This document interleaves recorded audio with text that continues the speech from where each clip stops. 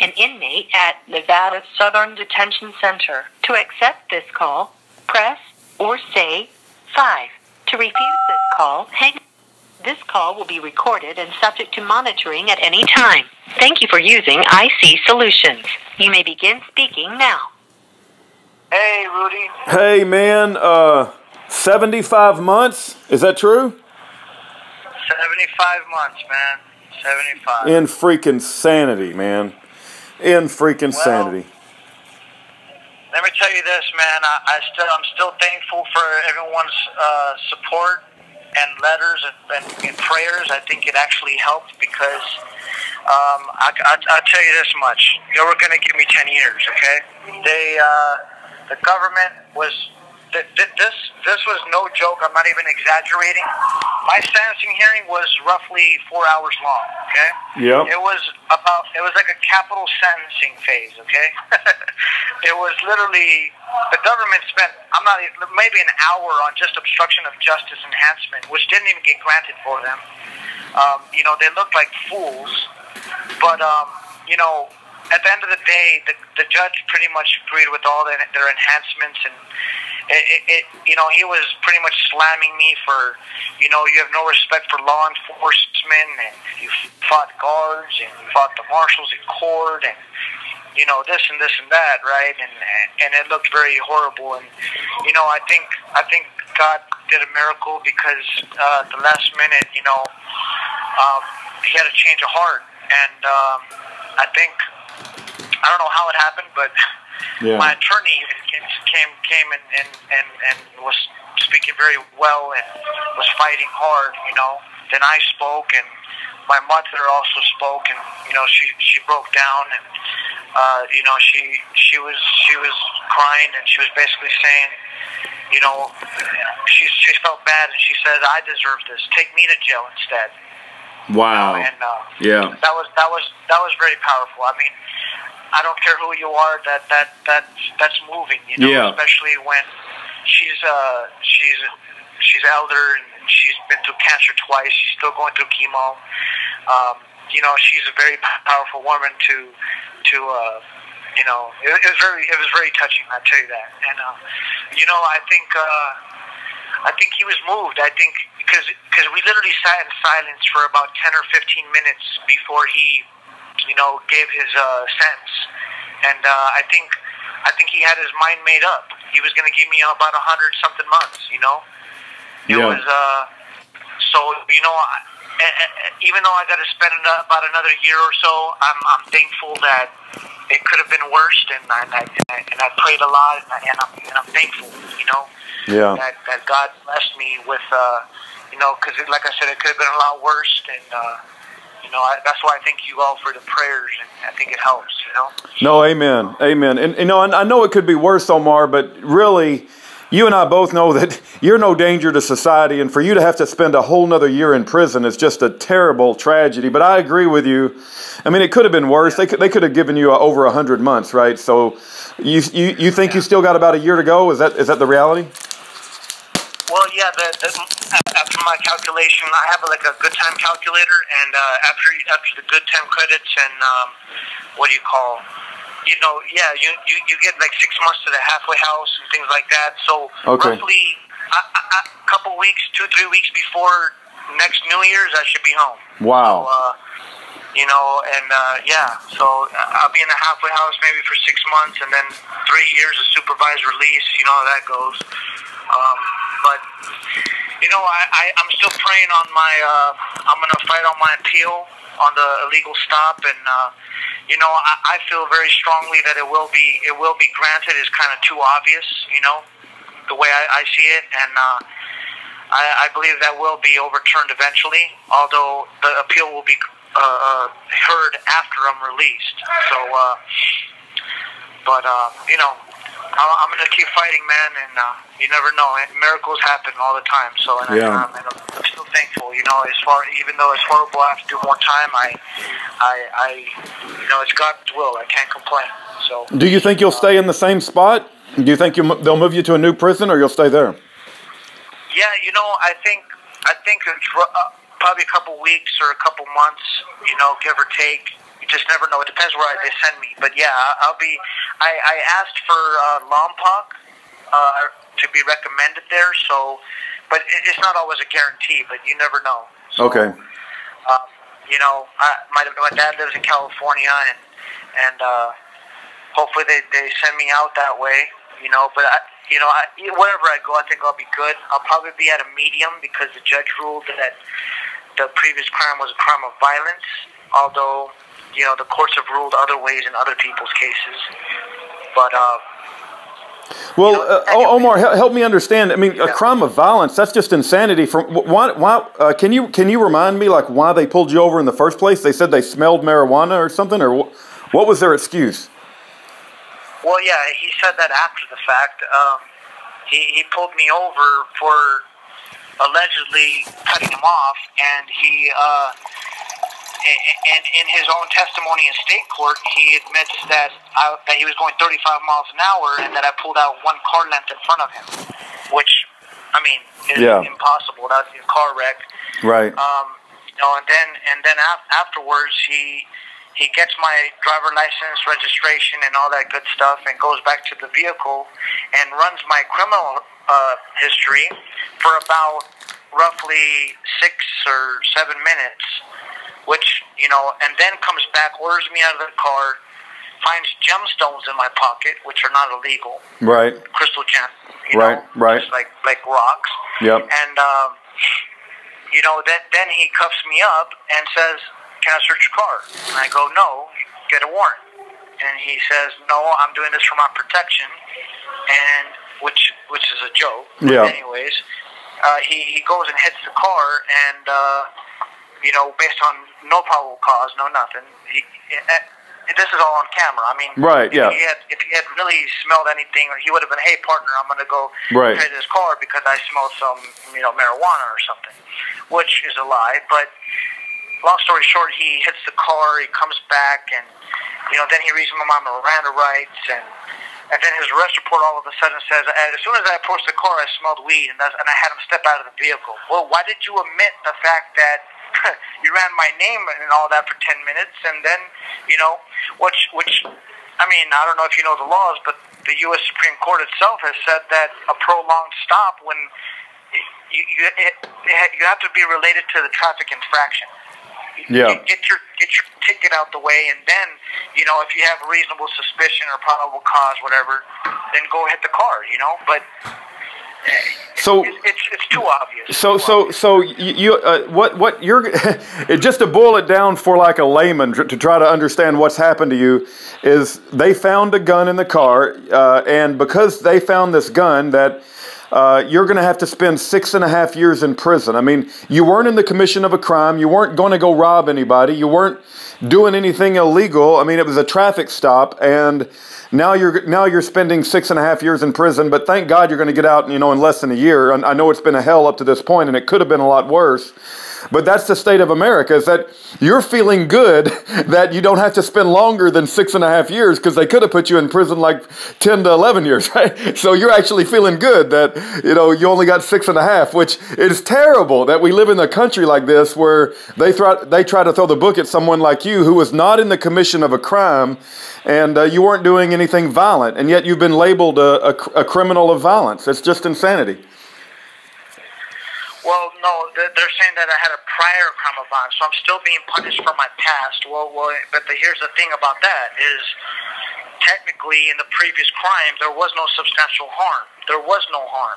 Yeah. I have the affidavit from the so-called victim, which is my son's mother, who finally came, you know, and told the truth, and you know, because she wrote the affidavit saying that she did not receive substantial bodily harm.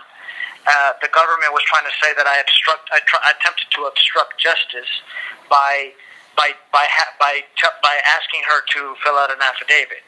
I see. Can you believe that? I see. I know. Yeah. But you were convicted for substantial bodily for that, and just because the victim is saying it didn't happen, she was manipulated to do that, and oh my God. Oh my gosh, yeah. I know a guy in Florida who got into an argument with his girlfriend, and supposedly he threw a Nintendo console, and he ended up going to jail because she filed a report. And it didn't even hurt her. It's just he threw a Nintendo console after they had an argument or something. I mean, they can just put you in prison for the least little thing nowadays. But I mean, I don't know whether to be happy or sad. You know. I'll advise you, don't even throw a pillow, man. Well, you know what? Yeah. Women, man, you can't live with them and you can't live without them. Right. You know, yeah. And I mean, of course, I'm joking, but yeah. you know, it's you know, I've learned a lot, man. You know, it's just been a rough experience, but I mean, I plan on doing right and doing good, and hopefully never having to get in no problems again. You know, me and Leslie have worked past this. You know, we have a child together, and you know, she even wrote the judge that she wants me home. This is terrible that I'm still being punished for, you know, just pretty much an argument with with her, and at that time, and you know. No one deserves to be continuously punished, and you know, even if I've made a mistake, you know, I should be forgiven and be given a chance, you know. So, like I said, the past is the past, and I'm trying to look forward to the future. You know, it's been a hard time, but like I said, I think at the end result, I will finally at least get this hopefully overturned, you know? Yeah. I mean, the officer said I was smoking a cigarette at the time of the stop. He admitted that at my trial. Right. 4 years later. So, I mean, you know what I mean? It's ridiculous that, you know, I strongly believe that my rights were violated on the stop. And like I said, hopefully the appeal court at least does that for me. And, you know. Yeah. Well, make sure I'm gonna pray you stay safe in prison, because we're hearing stories where there's still a lot of violent altercations in prison and people getting hurt and killed and all kinds of bad things. So you still got about a year to go. I mean, so still, you know, we're gonna keep praying for you that nothing happens and that you manage to still get out of there and, you know, reunited with your children and your family. Right. I appreciate it, man. I really do. And yeah, man. Any word on what's going on with Todd or anybody else? You know, the last I heard is 14 years in prison, and of course, you know, he's trying to work with a lawyer named Warren Markowitz, who's also the lawyer for another guy that we advocate for named Jeffrey Winehouse. But let me yell up to my wife real quick about Todd. Hey, have we heard anything from Todd about any latest updates? No, yeah, there's no updates on Todd Engel other than the 14 years in prison, which is insane. There's another guy that had a felony possession of a weapon very similar to yours. His name was Mike Parsons, and he got 84 months, I heard, which is 7 years. So, you know, it's really crazy the way they put people in prison and the length of the prison sentence. It's just insanity. Yeah, well, it's a bit extreme. I think, you know, I think the judge is real. He tried to say that his main concern was that I don't respect law enforcement and this and that, and you know, there's one thing I have to respect what he said. He said that we have to challenge our law enforcement. You know, the founding fathers did that, and you know, he just believes that it shouldn't be done by violence. And I mean, I'm not even going to speak on that, but you know, it's everyone has that right. So I think he, at the end of the day, I know that everyone is too obvious that the cops did me wrong, and you know, I don't know why he didn't want to admit it in court, the judge, but you know, I think that could have played a role as well. You never know, but because I think it's too clear, and I think the Ninth Circuit would have to reverse, you know. Yeah. So. Yeah.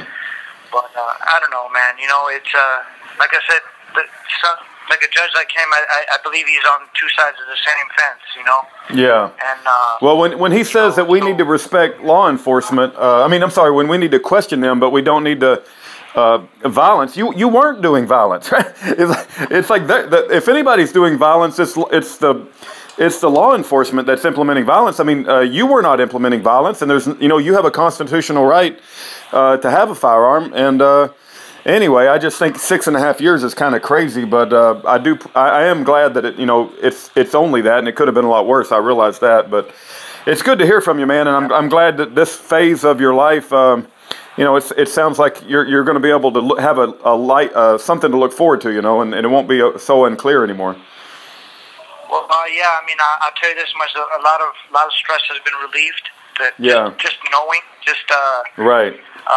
It's a big reliever. I'll tell you that much. It's been really hard, and just waiting, and just to even have a date, man. It's that is, you have no idea how much of a stress reliever that is, and a lot of peace has come upon me, and like I said, I'm just working on what I got to do now. I'm planning on filing a lawsuit against this place, and I love your fighting spirit, Omar. I love it, man. I love it.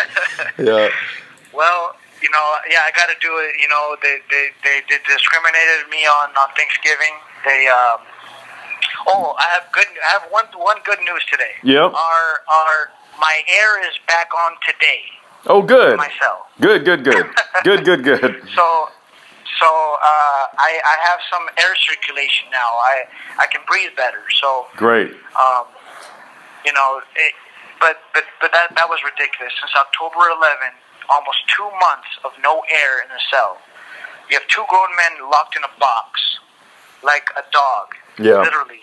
And then you get discriminated because you're on a religious meal, whether you're a Jehovah's Witness, a Muslim, a Jew, Hindu, it doesn't matter. If you are on a religious tray, you will not get any national holiday, 4th of July, nothing. You will not get nothing special, but illegal immigrants in here or anybody else will. Wow. Now, where is the equality in that? Wow. Insanity. And that's why I'm screaming at these people that I'm an American, and I'm proud of it.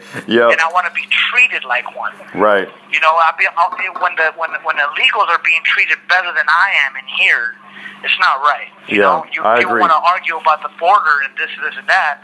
Well, what about your own Americans being treated like crap? Yeah, I'm with you. But anyways, that's a whole different other issue that Yeah. I don't really want to talk about. But so okay. I heard Ammon went viral, man. What's going on with that? Yeah, my wife could probably speak to it a lot better than I could, but there's a lot of strong opinions in the patriot community about the border and how we should deal with that. And some people are for open borders, and some people are for strong borders. I happen to be a strong border kind of guy. I want to keep our borders. I think that we should have a strong border policy, but there are those in the patriot community that think we should have open borders, and anybody that wants to come in should come in. And so that he got very viral, and it lit up a lot of passions, on people that have both sides of the opinion. So, but at the same time, I think everybody should be able to voice their dang opinion. It doesn't mean I have to hate them. I disagree. You know what? I feel both. I'm on both sides. Yeah. I'm on both. A little bit of both. You know? But yeah, it's ridiculous when people want to slash each other's throats. You know what I'm saying? Yeah. Like the movie Braveheart or something. Right. Over what?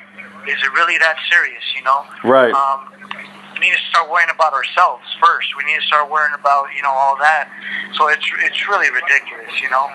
Yeah, we got enough issues going on in this country that I think we got to get fixed, and we can't seem to even get along amongst ourselves as Americans or patriots, and so it's just so much infighting. It's absolutely insanity, and I do have my own passionate beliefs. You have yours, but that doesn't mean we can't talk and find common ground on things that we agree upon. So I look for common ground when I can find it. Yeah,